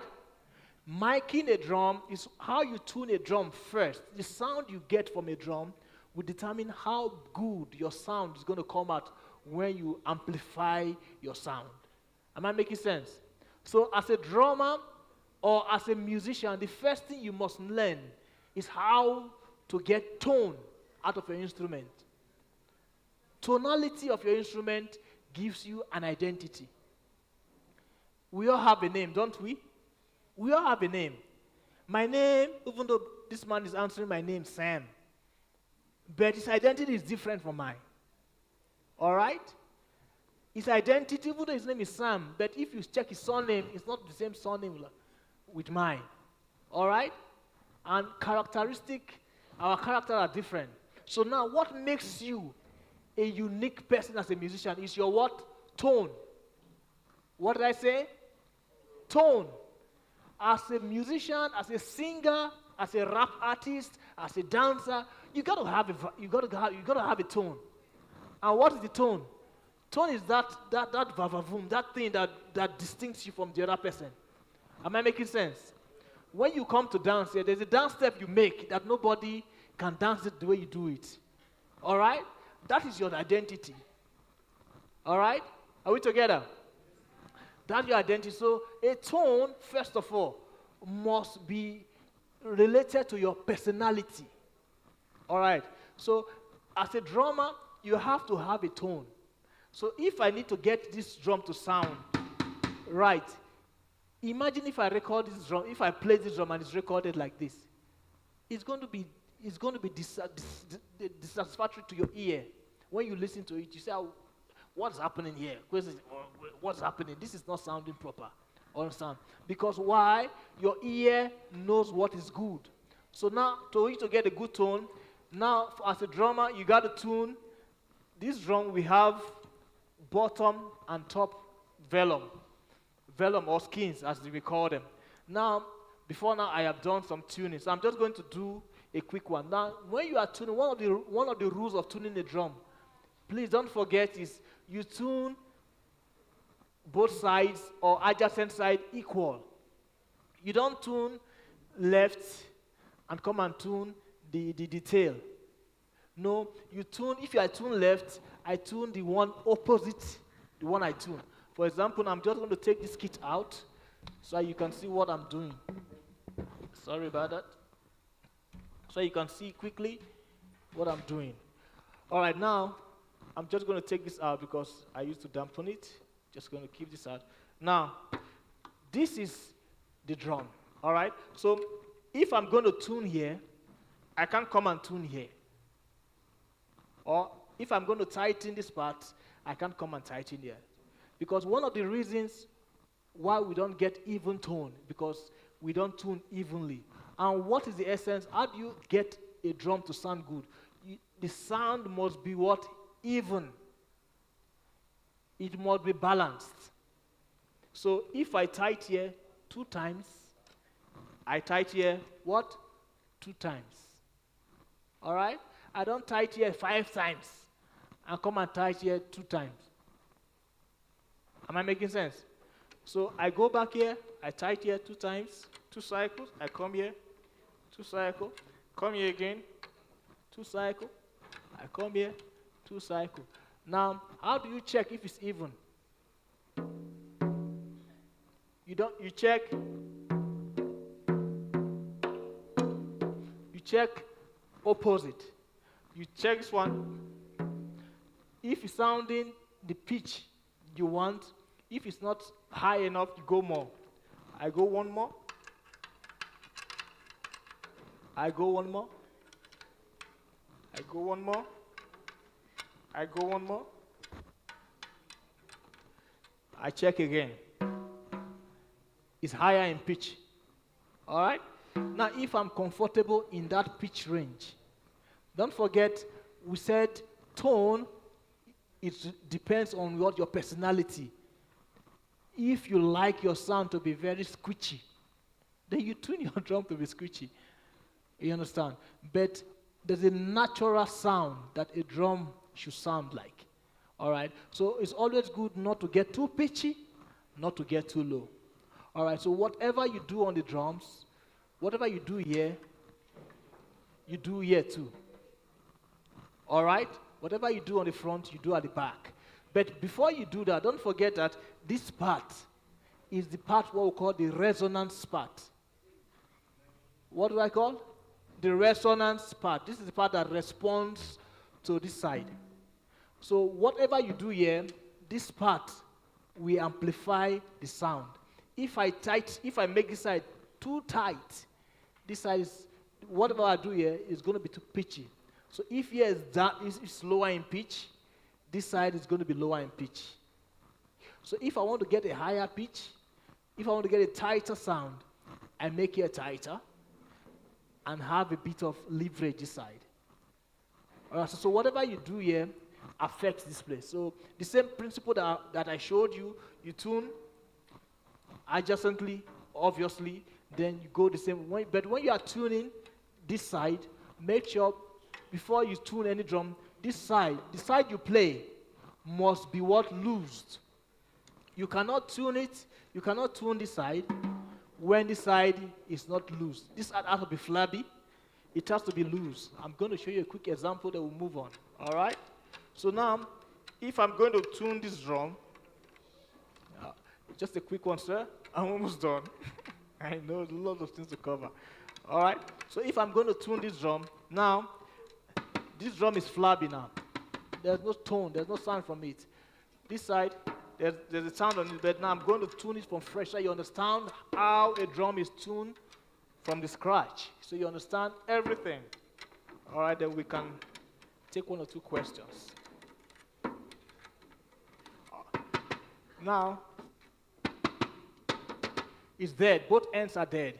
They're not sounding, there's no tone in it. Now, for me to tune, first of all, this side has to be dampened so that the resonance of this one does not affect this one. All right? This side, are you listening? This side does not affect this. So if I have to tune, don't forget my palm is here like this. If I'm sitting down, it sits on my lap. All right? Now I tune here, 1, 2. Adjacent again, 1, 2. I come here again, 1, 2. Same place, 1, 2. 1, 2. 1, 2. Now, I check for tone if it's even.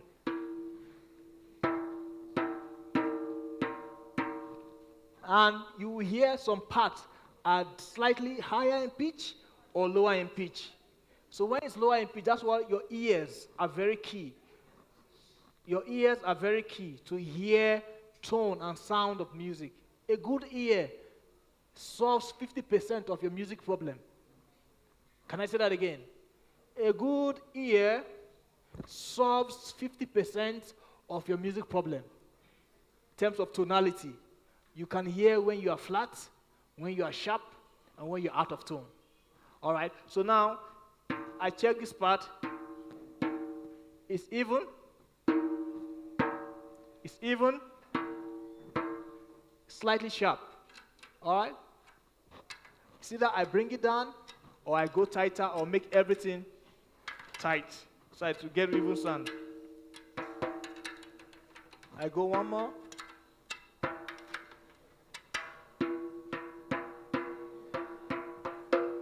Now I have an even tone on this side of the skin. All right? So now, after I've done this part, same thing applies. I turn the drum and I go back to this side, which is what the side I play. I do the same thing. 1, 1, 1, 1, 1, 1. I check. Is this the range I'm looking for in terms of my pitch? If I'm fine with that range, I leave it. Or if I want a higher pitch, I go again once more. All right? I go again once more. Now, I have a tone. It sounds like what? A drum. Now, don't forget, when you are playing your drums, one of the things you must remember, resonance. Resonance is key. What is resonance? Do anybody know what resonance is? Okay. I'm done. Resonance is the sustained sound you get after you strike the drum. You see, there's a elongated of notes that extends after you play it. So you need other sounds to resonate when you play your drums. I wish I can talk more. Thank you.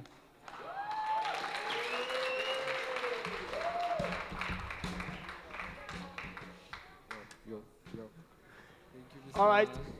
Before we do the performance with Mr. Maros, is there any question quickly that you want to ask us? Can you hear me? No question. Everybody's fine. Yeah. All right. So we're just going to do a quick a quick tune. Oh, so, yeah, and just hope you enjoy it, and hopefully we can share the things we've done in the music. All right.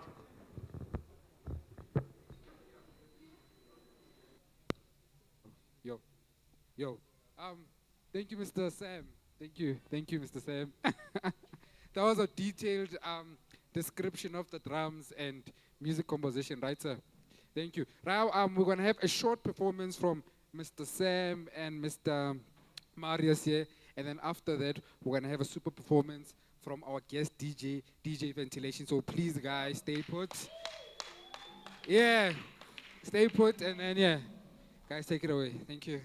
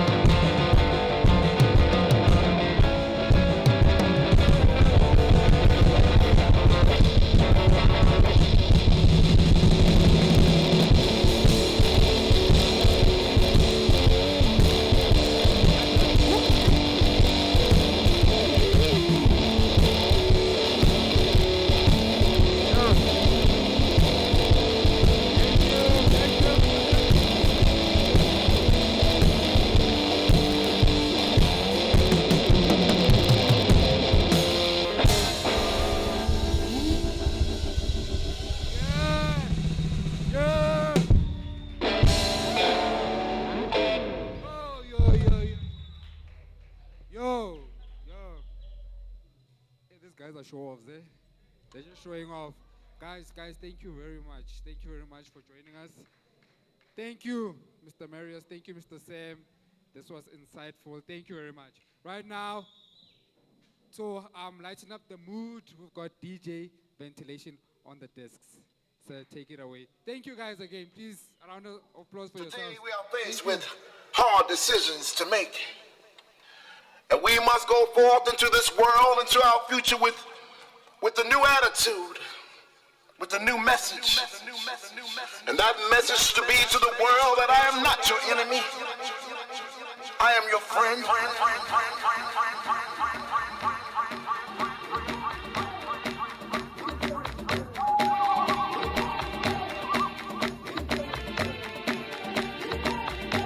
I do not mean you any harm. I do not wish to starve your people. I do not wish to steal your oil. I do not wish to occupy your nation. You see, it's time to make a choice.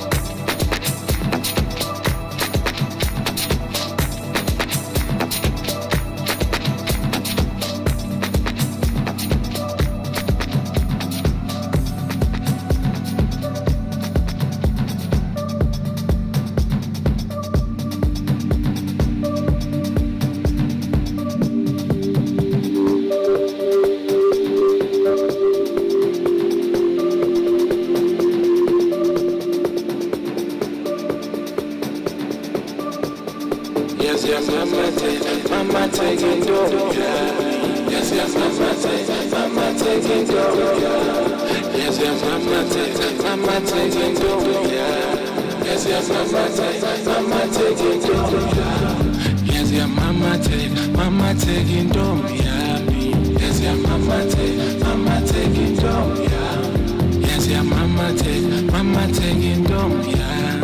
Yes, yeah, mama taking dope, yeah. Yes, yeah, mama taking dope, yeah.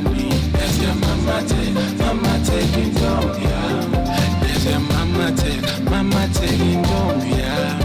Yes, yeah, mama taking dope, yeah. Yes, yeah, mama taking dope, yeah.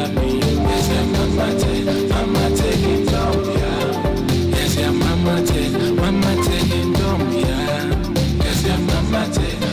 taking dope, yeah. Lomntwana ngiphethe sheri yami, uyangibusta ungayilandelela, uhlala nami noma kunjani, ebuhleni nasebubini, wena baby kantini, kodwa nandaba noma bangathini, bathi wena uyise queenie, awumfanele ubantwini, asamese Dubai, othi bangane bye, bajelo hamada, ngizokwenza baby ube right, asamese Dubai, othi bangane bye, bajelo hamada, I wanna see you smile. Yes, your mama taking dope,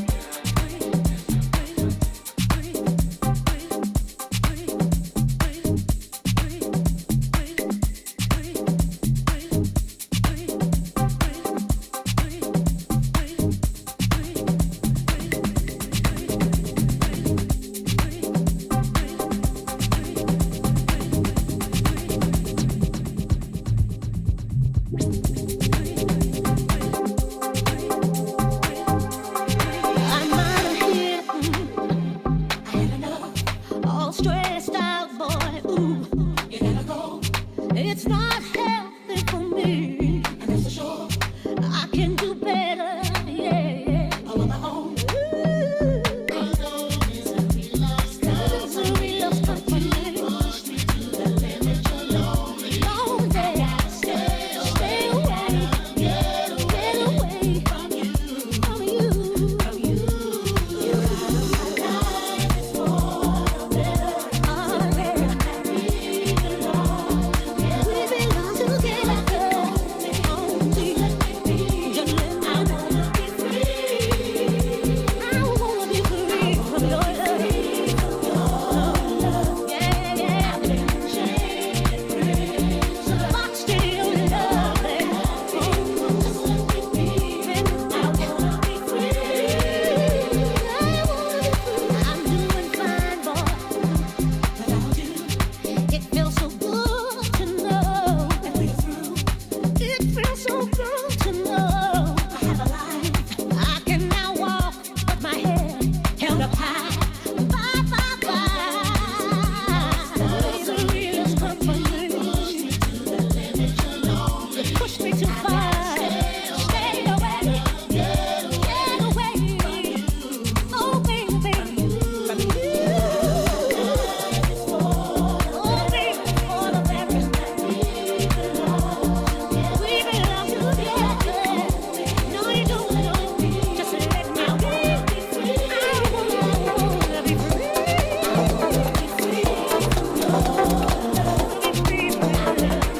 I can take my shame away.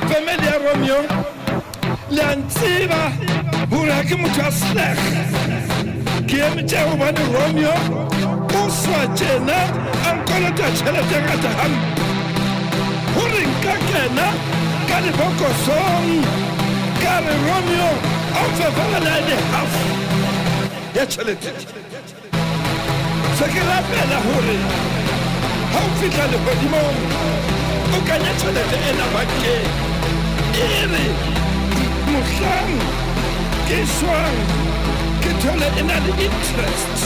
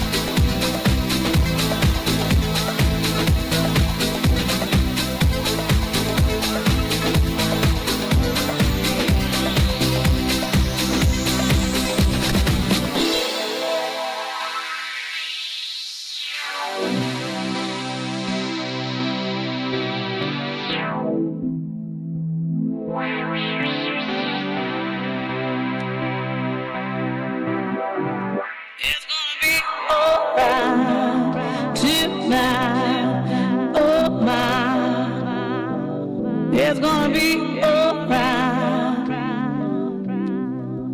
Oh yeah, come baby, the sun is gonna keep on shining. Brighter days on the horizon, my love for you will always keep